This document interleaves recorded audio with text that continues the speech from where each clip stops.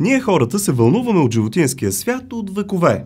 На земята, под водата, във въздуха.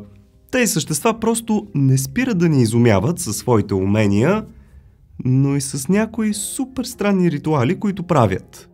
С годините сме научили страшно много за начинът им на живот. Техните сблъсъци, методите им на хранене, иерархията и поведението им като цяло. Отскоро обаче започваме да наблюдаваме и техните, как да го кажа, любовни игри, или как те спечелват сърцето на половинката си. Тази класация не е за хора с слаби сърца, от сега ви го казвам. Аз съм Слави и сега ще ви представя топ 10 от най-странните и необичайни ритуали за ухажване при животните. Ако съдържанието, което правя, ви харесва, то има едно предложение за вас. Абонирайте се за канала, напълно безплатно е и така ще се наслаждавате на минимум 2 видеа всяка седмица. Ако натиснете тази камбанка, тя ще ви изпраща известия за тях. Промокодовете за пестене на пари от сайтовете, както винаги, са изписани тук и тук. А ако случайно ви изчете нещо мистериозно и загадъчно, може да си вземете някои от книгите ми за България, света, Вселената или най-новата 50 невероятни загадки. Линкчета към тях оставям долу в описанието. Благодаря ви за подкрепата. Днес ви питам, харесвате ли класации, свързани с животните? Дръснете ми един бърз коментар долу и да започваме с днешното видео. Номер 10. Арабска камила. Десетата позиция от днешната класация ни спира в едни по-топли географски ширини, където се среща едно емблематично животно – камилата. При разгонване, мъжката арабска камила надува и провесва извън устата си част от меката тъкан на непцето си. Да, знам, прилича много на език, но не е. То може да провисне до 30 см надолу. Тъй като очевидно това не е достатъчно да впечатли някоя женска, той започва да изпуска пяна от устата си, все едно е хванал бяс, но дори това е само началото. За да бъде максимално привлекателен, той уринира върху опашката си, като същевременно изпуска и лепкава течност, за да може тя да стане като мокра метла. Той има цели 2 предназначения за нея. Първо, колкото по-силна и неприятна е миризмата около него, толкова по-готин и привлекателен е за дамите. Второ, той започва да обикаля територия, удряйки с мократа си опашка места, за да остави маркери, и така събира харем от цели 10-20 женски. Номер 9. Бодливо свинче. Женското бодливо свинче има прозорец за чифтосване само за около 8 часа на година. Затова трябва да се действа доста бързо и да се намери партньор, когато заветният момент настъпи. През останалото време женската има специална мембрана, която не позволява полов контакт с мъжки. От мъжка гледна точка нещата също не изглеждат лесни. Както сигурно се сещате, има страшно много кандидати за такъв малък прозорец от време. Затова между мъжкарите редовно има битка, но дори изпечелена, проблемите му тепърва започват. Ухажването започва невинно, с търкане на нослетата им едно в друго. Доста сладко, нали? Ама след това нещата стават странни. Мъжкият се отдалечава на около 2 метра от женската и трябва да уринира върху нея. Капризната женска гледа дали струята му е добра и стига ли изобщо до нея. След това, по качеството на феромоните в урината му, тя решава дали изобщо да продължи любовната игра с него или не. Дори обаче да има позволение, той все пак трябва да се справи с бодлите. Абе, като цяло изобщо не му е лесно. Номер 8. Жирафи. Сега нещата стават малко странни и сигурно за първи път ще научите, че хомосексуалността не е присъща само за хората. За да разбере дали една женска е готова, Мъжкият жираф бута с глава задната част на тялото й, или дупето, за да я накара, и тук сигурно познахте, да уринира. Пробва урината на женската, за да се увери напълно, че тя е в подходящия период за зачеване, който между другото е на всеки 2 седмици. Ако всичко е наред, получава зелена светлина за действие. Често, както се случва в животинския свят, мъжките трябва да се борят с конкурент за правото си да се размножават. Така е и при жирафите. Двубоят между двама мъжки за вниманието на женската представлява блъскане на вратовете, наричано още некинг. Ако обаче мъжките жирафи се превъзбудят прекалено много в процеса, често се случва те да преминат към полов акт един с друг. Всъщност, според някои проучвания, сексът между мъжки жирафи представлява около 90% от секса сред вида им. Тоест, предимно е мъжки с мъжки. Номер 7. Хипопотами. Ако си мислите, че при любовната игра на камилите или пък на жирафите има елементи на... то следва да ви предупредя, че при хипопотамите е наистина следващото ниво. Щом мъжкият си набележи някоя изгора, той започва да се изхожда и уринира едновременно, за да я впечатли. Добре, че YouTube все още не може да пресъздава миризми. Това обаче очевидно не е достатъчно. Той започва да размахва опашката си като перка на вентилатор и така всичко се разхвърча наоколо, както и върху него.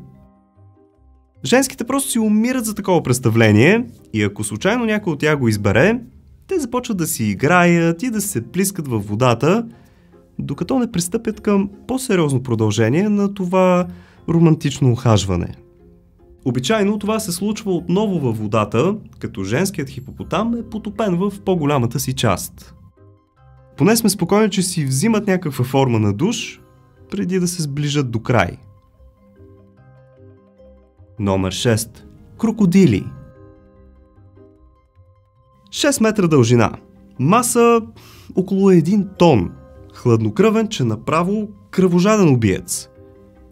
Очаквахте ли обаче крокодилът да е един от най-нежните любовници? По време на ухажването те изпускат малки въздушни мехурчета един на друг, а мъжкият крокодил гали женската по гърба. Понякога дори дамата води ухажването и демонстрира ясно любовното си настроение, като търка върха на своята муцунка в неговата и изпуска въздушни балончета под чувствителната му челюст. Така тя привлича вниманието му и повдига главата си нагоре, за да сигнализира подчинение. Това е ясен знак за пристъпване към действие и поради факта, че женската е 3 пъти по-малка от него, той е много внимателен с нея. Ето че понякога природата ни изненадва и дори зад най-голямото и страховито влечуго на земята се крие нежен романтик. И така, неусетно стигнахме до средата на днешната класация и направо ви питам. Ударихте ли по един палец нагоре или се залисахте от животинската любов? Ако не сте, ударете по един лайк и да продължаваме, защото следват някои наистина убийствени техники за спечелване на любимата. Номер 5. Плоски червеи. Подобно на охлювите, плоските червеи са хермафродити, което означава, че притежават както мъжки, така и женски полови органи. За да решат обаче кой от тях ще е мама, кой татко, те започват една необикновена битка. Сблъсъкът наподобява много на бой с мечове, но вместо мечове те използват своите пениси, като целта не е нараняване, ами оплождане на отсрещния. Експертите наричат този крайно неделикатен процес пенис фехтовка и той може да продължи до цял час. Плоският червей, който бъде прободен първи, забременява и така се превръща в женски. Много време мислих за някакъв коментар тук, но все нецензурирани ми изкачат, затова ще ги оставя на вас. Подобен е процесът и при обикновените охлюви. Накратко, те също са хермафродити, но там битката е кой да е таткото. защото да си майка е много по-трудно. Накрая пак се стига до размяна на флуиди, но предимство има този, който първи е успял да обуде партньора си със специален рог. Това спомага процеса на забременяване. Въобще да се радваме, че не сме на тяхно място. Номер 4. Червена жартиерна змия. Ако ви е страх от змии, сега е моментът да си поемете дълбоко дъх, защото идва ред на червената жартиерна змия, или известна още като градинска змия. Когато женската се разгони, тя излиза на открито и изпуска наситени феромони. С една дума, обажда се, че е готова. Така тя привлича стотици мъжки, всеки един от които трябва да се пребори за нея. Всъщност, това събиране се води като най-голямото струпване на влечуги на планетата. Една от тактиките на мъжките любовчии е следната. Някои от тях започват да се преструват на женски за заблуда, като изпускат от собствените си феромони. Така подведените мъжки изразходват енергия, за да се търкат в него, загряват го и той с нови сили се впуска в надпреварата, имайки голямо предимство. Ето на това се казва да си истински тарикат. Номер 3. Червен кадифе акар.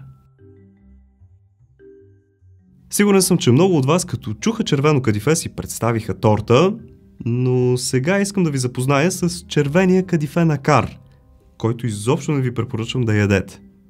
Тези красиви червени пухчета обичайно достигат размер от 4 до 12 мм и са наричани още дъждовни буби.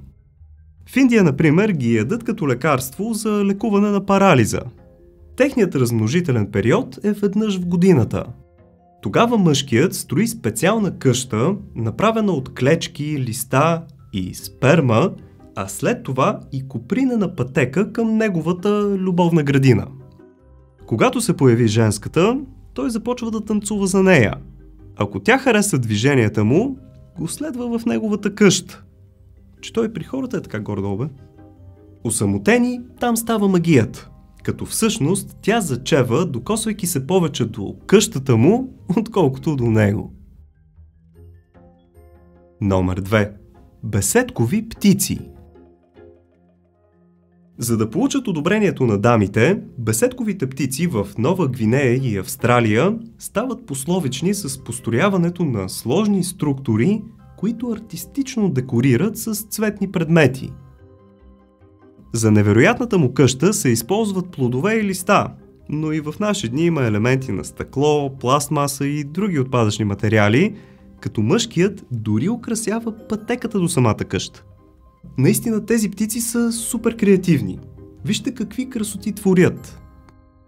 След като всичко е добре почистено и готово, и разбира се, когато женската се появи, той започва демонстрацията си с това колко бързо може да увеличи или смали зениците си. Ако женската не е достатъчно впечатлена, той започва да показва и танцовите си умения, за да може да спечели сърцето й. Трябва да е наистина много упорит, но ако изпитанията преминат успешно, то дамата е негова. Номер 1. Червен манакин. Както добре знаем, танците и песните са много често употребявани в животинското царство по време на размножителния период. Манакините са толкова изкусни танцори, че са нужни специални високоскоростни камери, за да уловят стъпките му. Тези свръхбързи движения той прави с помощта на крилата си и произвежда много висок, почти електронен звук, с който да привлече своята дама, но и да предупреди някои нежелани конкуренти. Изчислено е, че движенията на крилата му са по-бързи от тези на колибри. Както знаем, при колибритата размахът е от 10 до 80 пъти в секунда, а при манакините е над 100. Затова и повечето видеа за тях са излъчвани с значително забавяне между кадрите, в противен случай не бихме могли да видим движението на крилата им. Но най-впечатляващото е, че този танцор е известен със своята лунна походка, и то при това изпълнена на малко клонче на дърво. Забележете само на какво е способен. Вие сигурно си мислихте, че в царството на птиците си нямат Майкъл Джексън. Я сега ми кажете долу в коментарите, кой от всички ритуали ви впечатли или пък отврати най-много. Аз отивам да чета. Хаштаг бонус. Риба балон. Рибата балон е един от най-креативните архитекти в животинското царство, като неговите шедьоври са си направо трудни за вярване. За да впечатли своя партньор, той разчита на перките си, но и на математическата прецизност, която владее. Мъжкият рисува на морското дъно, като превръща пясъка във възможно най-ситен и декорира проекта си с миди. Освен това, той е силно притиснат и от времето. Затова се труди 24 часа в продължение на 7 последователни дни без право на почивка, защото в противен случай рискува подводното течение в района да заличи всички негови усилия. Това се счита за най-сложният и перфектен проект в животинското царство, познат ни до момента. Все още науката не знае по какъв точно критерий дамата оценява творенията му, но нещо ми подсказва, че този супер скулптур има шанс да впечатли не само нас, но и доста женски. Ако това видео ви е харесало и сте научили нещо ново, давайте по един палец нагоре. Ако ли не, палец надолу.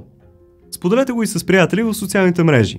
Така наистина с само 1-2 клика ми помагате супер много, за което съм ви благодарен. Абонирайте се супер лесно за канала, като натиснете кръгчето с моята снимка, след това червения бутон и накрая една камбанка, за да ви известява, когато кача нещо ново. Имате още свободно време, което искате да прекарате научавайки нови и готини неща ли? Добре? Натиснете на някой от ето тези двете видеа тук. Благодаря ви, че за пореден път бяхте с мен. Чао! И до нови срещи!